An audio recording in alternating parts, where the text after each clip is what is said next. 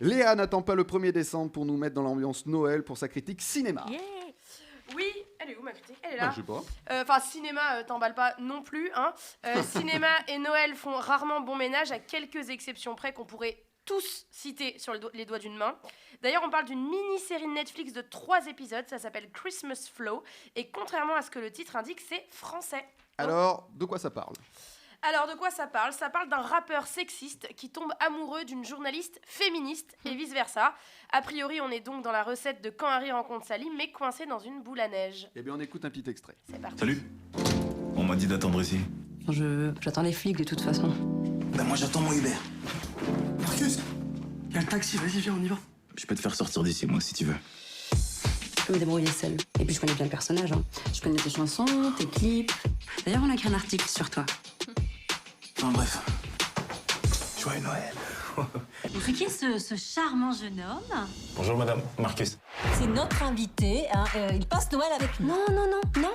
Tu le connais pas et il est complètement miso. Wow. C'est du féminisme au washing. C'est pour se racheter une image d'innocent. Bah, il a voulu jouer. On va jouer.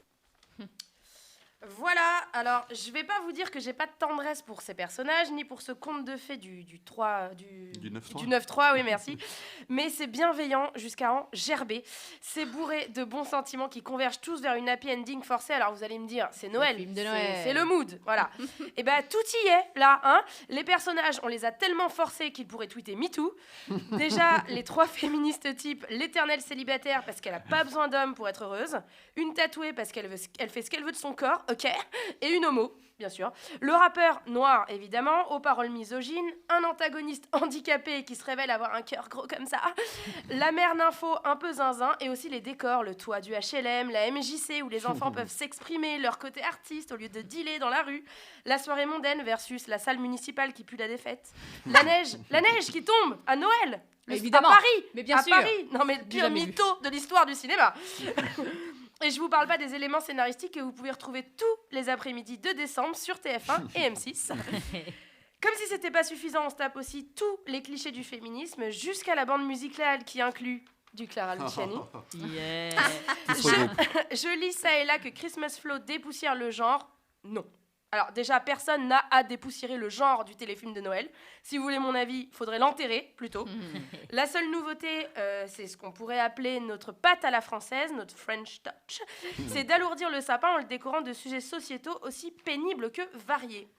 Tout ceci étant dit pour ma chronique cinéma avec un grand C, je vais maintenant tout simplement donner un conseil à ceux qui aiment les fêtes, ceux qui aiment les romances, ceux qui sont crevés, ceux qui dépriment, ceux qui ont trop d'enfants, ou pas assez, qui bossent toute la semaine, qui ont froid en décembre. Je vous conseille d'attraper un plaid, de vous faire un bon chocolat chaud, d'y mettre même des mini marshmallows si vous voulez, de vous enfoncer dans votre canapé et de mater Christmas Flow parce qu'aussi nul que ça puisse être, c'est léger, c'est drôle et qu'il n'en faut pas plus pour vous réchauffer et vous faire sourire en décembre. Je le sais, ne mentez pas. Je déclare la saison des téléfilms de daube de Noël ouverte. Ouais. Alors, le mot de la fin, Léa, une réplique qui t'a plu?